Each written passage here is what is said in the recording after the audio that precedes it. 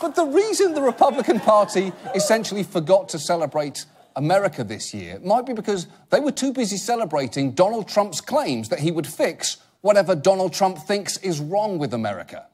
Nobody knows the system better than me.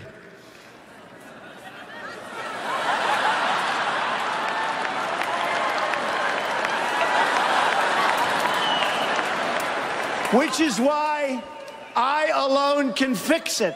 When I take the oath of office next year, I will restore law and order to our country. I am your voice.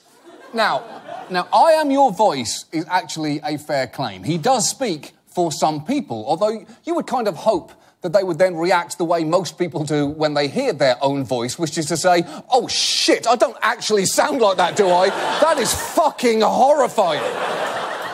The RNC taught us that a party which used to be organised around a set of shared principles is currently organised around one man. And given that that is the case, his judgment is pretty much the only thing that is important when considering who to vote for in November. So to that end, I would like to show you something he said recently. And before I do, he has clearly said countless awful things throughout this campaign, any of which would disqualify any other candidate. Just this week, he declined yet again to release his tax returns, lied about getting a letter from the NFL agreeing with him that the debate shouldn't clash with football games, called Angela Merkel a moron, implied that Brazil brought the Zika virus on themselves, and encouraged a foreign powers hack of his political rival. Now, two of those didn't happen, but you're not sure which two, and that's kind of the point, isn't it? Because Trump hasn't said one crazy thing. He said thousands of crazy things, each of which blunts the effect of the others. It's the bed of nails principle. If you step on one nail, it hurts you.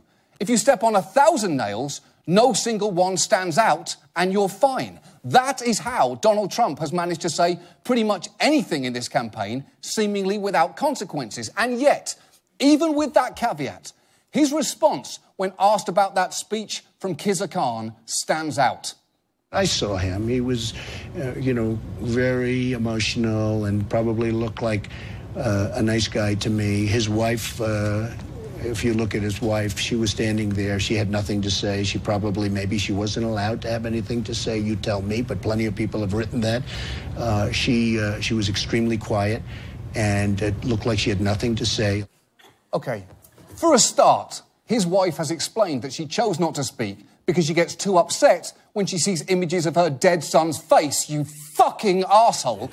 But I'm sorry. Please continue. He said you have sacrificed nothing and no one. Well, that sounds... who wrote that? Did Hillary's scriptwriters write it? How would you answer that, Father? What sacrifice have you made for your country? I think I've made a lot of sacrifices. I work very, very hard. I've created thousands and thousands of jobs, tens of thousands of jobs, built great structures. I've had tremendous success.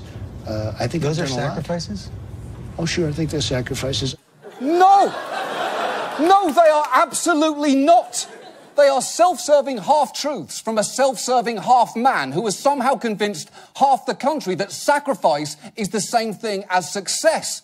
Honestly, the main takeaway from these 2 weeks is that, incredibly, we may be on the brink of electing such a damaged, sociopathic narcissist that the simple presidential duty of comforting the families of fallen soldiers may actually be beyond his capabilities. And I genuinely did not think that that was a part of the job that someone could be bad at. And now, this.